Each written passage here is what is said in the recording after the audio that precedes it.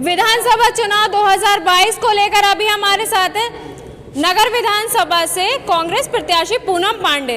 उनसे जानते हैं कि किस तरह से वो प्रचार प्रसार कर रही हैं और जबकि उनका राजनीति से कोई लेना देना नहीं है।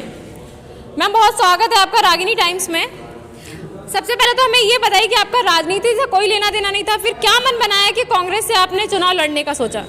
मैं इससे पहले एक समाज सेवी रही हूँ, आशा कार्यकर्त्री, और मेरे अंदर हमेशा से ये जज्बा था कि मैं जो लोग जिनकी नहीं सुनने वाला है कोई, जिनको इंसाफ नहीं मिल पा रहा है, जिनकी आवाज़ को दबाया जा रहा है, मैं उनकी आवाज़ बन करके उनकी मदद करूँ। तो आपको लगता था कि अभी तक लोगों की आवाज़ को दबाया जा रहा था, और आप ऐसा क्या करेंगे कि लोगों की आवाज़ जो दब रही थी उसमें आप उसको सहयोग करने वाली? मैं हर तरीके से पूरी कोशिश करूंगी कि आज यहाँ देखा जा रहा है कि कहा जा रहा है कि महिलाओं का सशक्तिकरण, महिला सशक्तिकरण, जबकि उस पर बिल्कुल जीरो जा रहा है। चाहे वो उन्नाव रेप केस हो, चाहे हाथरस में बेटी को जलाना, और मैं उसका खुद ज्वलंत उदाहरण हूँ। शाहजहांपुर से 9 नवंबर को जब आदित्यनाथ योगी जी हमारे शहर में आने वाले थे जनसभा के लिए, तो मेरे ऊपर पुलिस प्रशासन ने लगभग 20 महिला पुरुष और पुरुष दोनों ने बर्बरता की थी। तो क्या एक महिला है इस बात का फायदा उठा रही हैं? बिल्कुल नहीं। महिला हो चाहे पुरुष हो, दोनों को बराबर समान अधिकार है। उसमें किसी को भी छोटा बड़ा नहीं समझना चाहिए। आप डोर टू डोर जा रही हैं, जनसंपर्क कर रही हैं, आपको क्या लगता है महिलाओं से आपको समर्थन मिल रहा है? जी बिल्कुल मिल रहा है, और महिला पुरुष दोनों से मिल रहा है, खासतौर से महिलाओं का।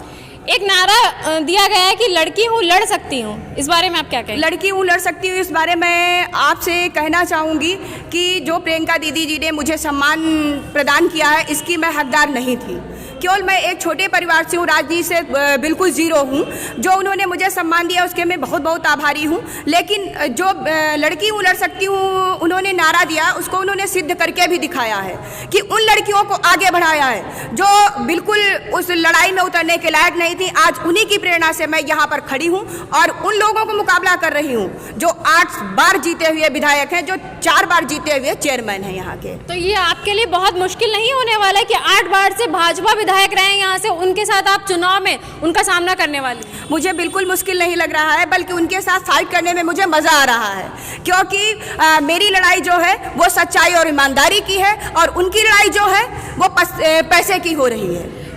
40 साल लगभग राजनीति करने के बाद अभी आप उनके सामने आई हैं और आपका राजनीति से कोई लेना देना भी नहीं था, एकदम से इतना बड़ा चुनाव आपके लिए कहीं मुश्किलें तो नहीं खड़ी कर रहा है? मुझे बिल्कुल मुश्किल नहीं खड़ी करेगा, क्योंकि वो नेता है और मैं समाज सेवी हूँ। समाज सेवी के लिए कभी भी कोई मुश्किल सामने नहीं आ सकती, और नेताओं के लिए जो राजनीति करते हैं उनके लिए मुश्किलें खड़ी हो सकती हैं। वो चक्रव्यूह रचते हैं और मैं उस चक्रव्यूह से बाहर निकालना उन लोगों को जानती हूँ जिनकी आवाज़ सुनने वाला कोई नहीं है। अब आपको क्या लगता है कि कल तक का ही आपके पास समय है अपना प्रचार प्रसार करने का? आपको लगता है कि आप यहाँ से जीत सकती हैं? जी मुझे बिल्कुल लगता है, और मैं 100% जीतूंगी। और यहाँ पे एक इतिहास कायम होगा कि पूनम पांडे जो एक 0 स्तर की महिला है, आज वो कहाँ से कहाँ पहुँच गई, अपनी निष्ठा के साथ, अपनी वचनबद्धता के साथ, अपनी उन जो उसके साथ शोषण हुआ उसको लेकर वो इस सड़क पे उतरी थी, और आज वो कहाँ से कहाँ है। एक महिला के साथ शोषण हुआ, इस बात को लेकर सिर्फ यही मुद्दा है आपके पास चुनाव लड़ने का, या और भी मुद्दे हैं? मेरे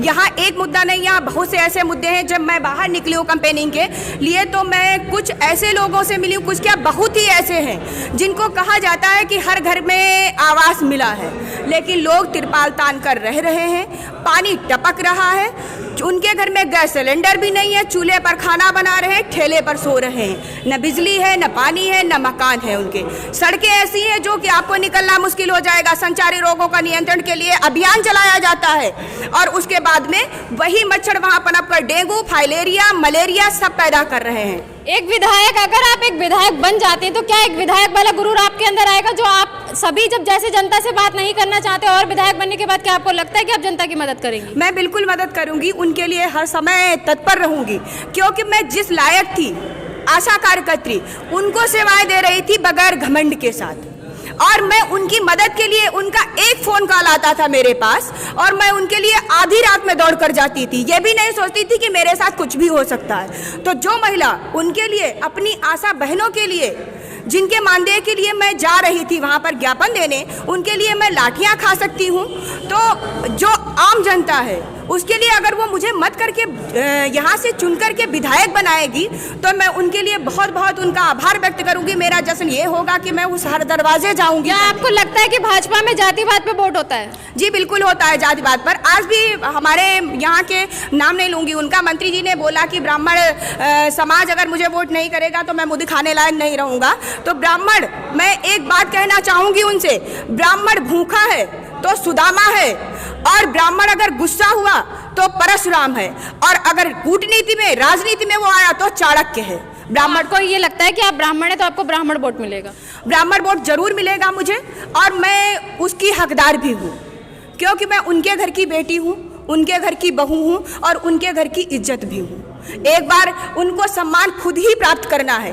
किसी सरकार ने वो उनको टिकट नहीं दिया, ब्राह्मण को नहीं दिया, क्या वो उसके हकदार नहीं थे?